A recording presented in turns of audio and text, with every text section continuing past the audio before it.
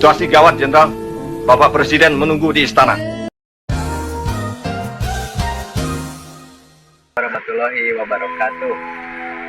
Saya di sini akan nge-vlog beberapa keindahan alam di sumber air Cipanas, yaitu tepatnya di Kecamatan Cibalong, yang masuk ke Cibalong Kidul, di daerah itu daerah mana itu? Cipanas. Cipanas kan? Cipanas ya?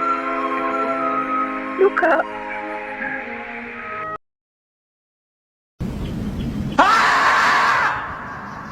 Jadi kayak di kampung Cipanas lah itu intinya. Kita akan menelusuri beberapa tempat dan keindahan-keindahan yang ada di sini, dan juga gimana sih misteri-misteri atau asal-usul Cipanas. Yuk kita saksikan semuanya.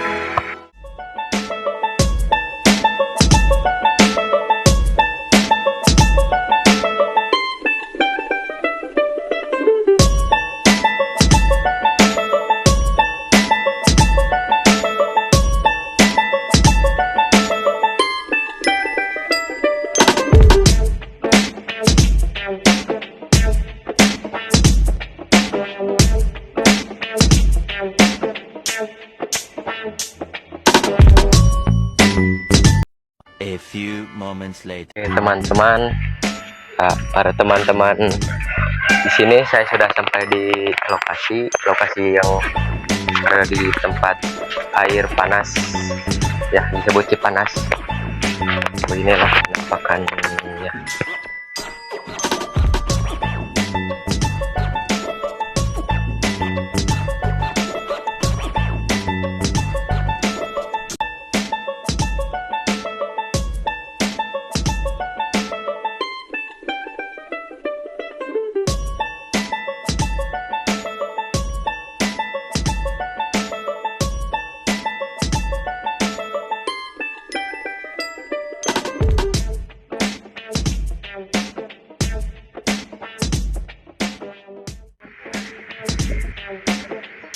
Mohon maaf guys, suaranya tidak jelas karena anginnya yang sangat kencang.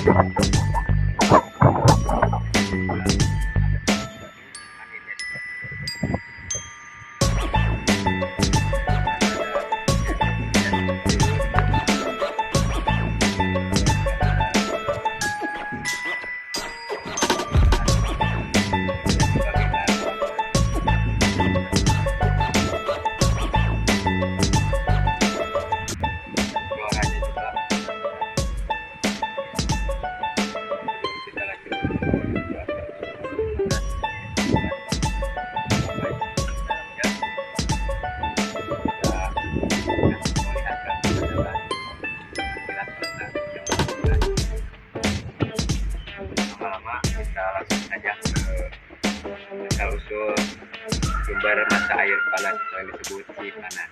Oke, let's go. Dikarenakan video wawancara bersama Ibu Mumu terhapus, jadi saya gantikan dengan video fake. Oh, oke, ye. Ibu Mumu.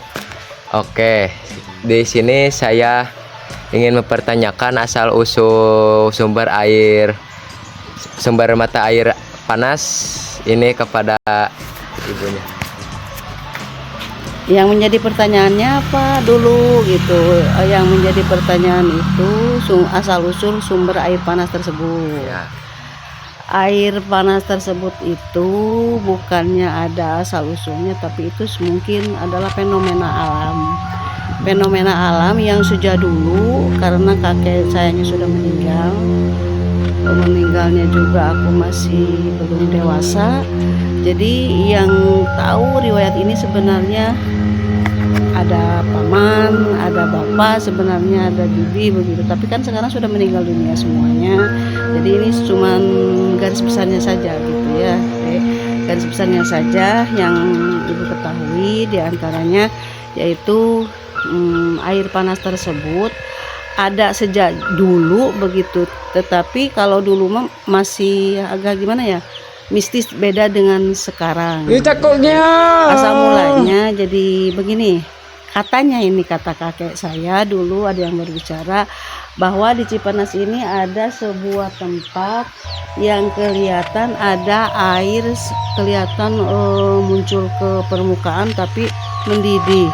Lalu oleh kakek saya itu dibenahin, dirapihin dan segala macamnya, akhirnya jadilah suatu seperti apa kolam. Kalau bisa katakan kolam kan harus besar itu, seperti apa namanya, lubang-lubang dulu itu seperti itu. Sumur ya? Ya, sumur seperti itu sumur. Lalu setelahnya itu dirawat dengan baik, karena kalau dulu itu agak mistik begitu, tidak seperti sekarang itu sudah dilalui banyak orang. Setelahnya itu lalu ada yang mengatakan bahwa ini dikatakan untuk apa namanya, untuk kesembuhan penyakit seperti yang apa, stroke ringan, gatal-gatal, terus asma, ampak dan segala macam itu bisa dipakai pengobatan begitu. Seperti terapi ya? Iya, terapi begitu, seperti itu.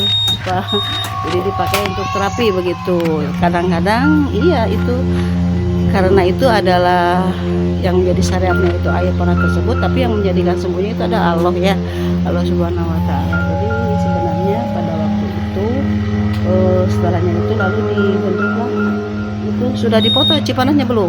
Udah ya. Tapi bohong.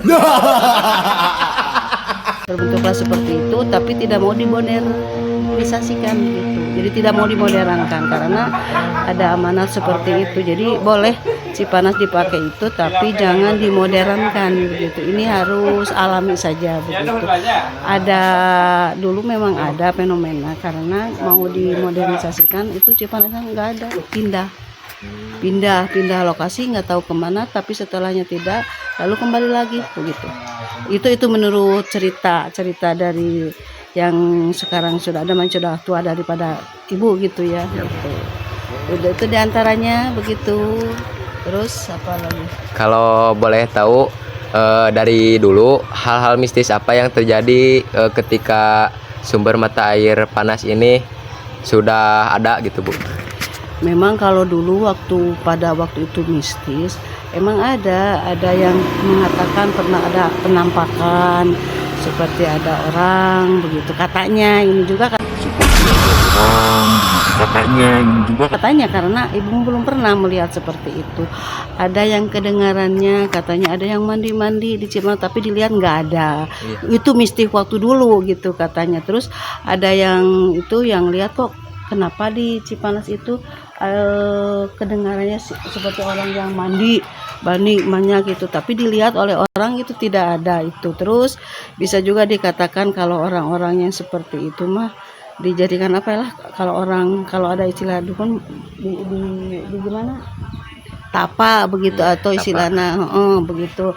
Tapi mungkin itu juga karena yang ada yang itunya, kalau diistilahkan di Sunda itu kuncennya ya, kalau tidak mengizinkan itu yang punya itunya biasanya enggak, meskipun dia mau tahu sebenarnya itu, tapi ada kan dulu ada kuncennya seperti itu. Seperti aki saya namanya Aki Latif begitu. Aki Latif namanya. Jadi pada waktu itu yang mengurus sampai detik akhir hayat dia meninggal ya Aki Latif, lalu turun ke bapak ibu, ke mamang gitu ya. Akhirnya ke sini ya seperti ini. Jadi sekarang mah penghuninya juga dulu mah tidak ada, cuman ada satu warung juga, warung dikatakan kalau bahasa Sunda warung adon gitulah istilahnya. Warung apa namanya, kalau itu teh di jalan itu mah seperti apa namanya, warung-warung apa gini gitu ya, sebentar gitu. Jadi setelah malam pulang kalau dulu, tapi sekarang mah kan sudah disinggahi banyak di sini. Warung ini semuanya anak cucunya Aki Latif tersebut. Semuanya? Iya, semuanya di sini anak cucunya, termasuk ibu sendiri cucunya. Itu cucunya itu, jadi sekarang tinggalin sama cucu-cucunya gitu.